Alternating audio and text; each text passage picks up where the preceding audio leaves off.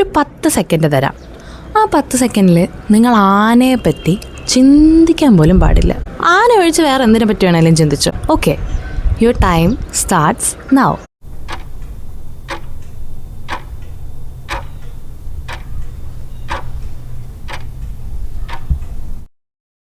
എത്ര പേർക്ക് ചിന്തിക്കാതിരിക്കാൻ പറ്റിയില്ല എന്നൊന്നും ഞാൻ ചോദിക്കുന്നില്ല.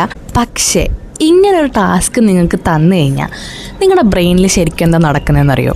ഒരു പാട്ട് കോൺഷ്യസ് ആയിട്ട് നിങ്ങൾ ആ ഒരു പെർട്ടിക്കുലർ ടോപ്പിക്കിനെ പറ്റി ചിന്തിക്കാതിരിക്കാൻ വേണ്ടി അലേർട്ടായിട്ട് വേറെ എന്തിലോട്ടെങ്കിലും നിങ്ങളുടെ ഫോക്കസ് ഷിഫ്റ്റ് ചെയ്യും. And it does work. അത് വർക്ക് ചെയ്യാറുണ്ട്, ഇല്ലെന്ന് ഞാൻ പറയുന്നില്ല. പക്ഷെ നിങ്ങൾക്ക് ആക്ച്വലി തന്ന കമാൻഡ് എന്ന് പറയുന്നത് അതിനെപ്പറ്റി ചിന്തിക്കരുതെന്നാണല്ലോ. അപ്പോൾ നിങ്ങളുടെ ബ്രെയിൻ അൺകോൺഷ്യസ് ആയിട്ട് അതിനെപ്പറ്റി ചിന്തിക്കാതിരിക്കുന്നുണ്ടോ എന്ന് ചെക്ക് ചെയ്തുകൊണ്ടിരിക്കും. അതുകൊണ്ടാണ് നമ്മൾ പോലും അറിയാതെ ഈ തോട്ട് നമ്മുടെ മൈൻഡിലോട്ട് കയറി വരുന്നത്. ഇതേപോലെ തന്നെയാണ് കേട്ടോ നമ്മുടെ ഇൻട്രൂസീവ് തോട്ട്സും വർക്ക് ചെയ്യുന്നത്. എത്രത്തോളം നമ്മൾ അതിനെ ഡിനൈ ചെയ്ത് അതിനെ സപ്രസ് ചെയ്യാൻ ശ്രമിക്കുന്നു, അത്രത്തോളം നമ്മളെ മനസ്സിലേക്ക് അത് ഇടിച്ച് കയറി വരും. ഈ ഒരു കാര്യത്തിനെ പറ്റി ഒട്ടും മനസ്സിലാക്കാതെയാണ് പല ആൾക്കാരും ഈ പാനിക് അറ്റാക്ക് ഒക്കെ വരുമ്പോഴും ഓവർ തിങ്കിങ് ഇഷ്യൂസ് ഉള്ള ആൾക്കാരുടെ അടുത്തൊക്കെ നീ അതിനെപ്പറ്റി അങ്ങ് ചിന്തിക്കാതിരിക്കും, എന്തിനെത്ര ഓവറായിട്ട് അതിനെപ്പറ്റി ചിന്തിച്ചാലല്ലേ പ്രശ്നമുള്ളൂ എന്നൊക്കെ പോയിരുന്നു പറയുന്നത്. ഈ ഇൻട്രൂസീവ് തോട്ട്സിനെ നിങ്ങൾ എത്രത്തോളം ഒഴിവാക്കാൻ ശ്രമിക്കുന്നു, അത് അത്രത്തോളം നമ്മുടെ തലയിൽ ഇടിച്ചു കയറി വന്ന് നമുക്കൊരു തലവേദന ആയിക്കൊണ്ടിരിക്കും. നിങ്ങൾ എത്രത്തോളം ഫോഴ്സ് ചെയ്തിട്ടാണോ ആ ഒരു തോട്ടിനെ നിങ്ങളുടെ തലയിൽ നിന്ന് എടുത്ത് കളയാൻ ശ്രമിക്കുന്നത്, അത്രത്തോളം പ്രഷർ നിങ്ങൾക്ക് തന്നെ ഫീൽ ചെയ്യും.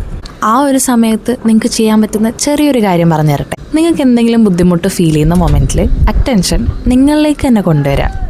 How do you feel? നിങ്ങൾ എന്തിനെ പറ്റിയാണ് ചിന്തിച്ചുകൊണ്ടിരിക്കുന്നത്? നിങ്ങൾക്കപ്പോൾ തോന്നുന്ന ഇമോഷൻ എന്താണ്? നിങ്ങളുടെ ബോഡിയിൽ എവിടെയായിട്ടാണ് നിങ്ങൾക്ക് ഡിസ്കംഫർട്ട് ഫീൽ ചെയ്യുന്നത്? ഒബ്സർവ് ചെയ്തില്ലേ നിങ്ങളെ തന്നെ?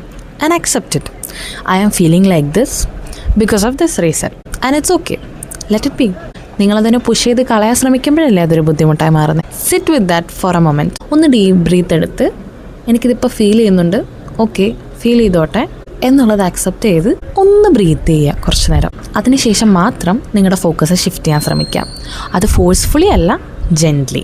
Take your time. അല്ലാന്നുണ്ടെങ്കിൽ നിങ്ങൾ എത്ര ഫോക്കസ് ചെയ്യാൻ ശ്രമിച്ചാലും അത് നടക്കാൻ പോകുന്നില്ല.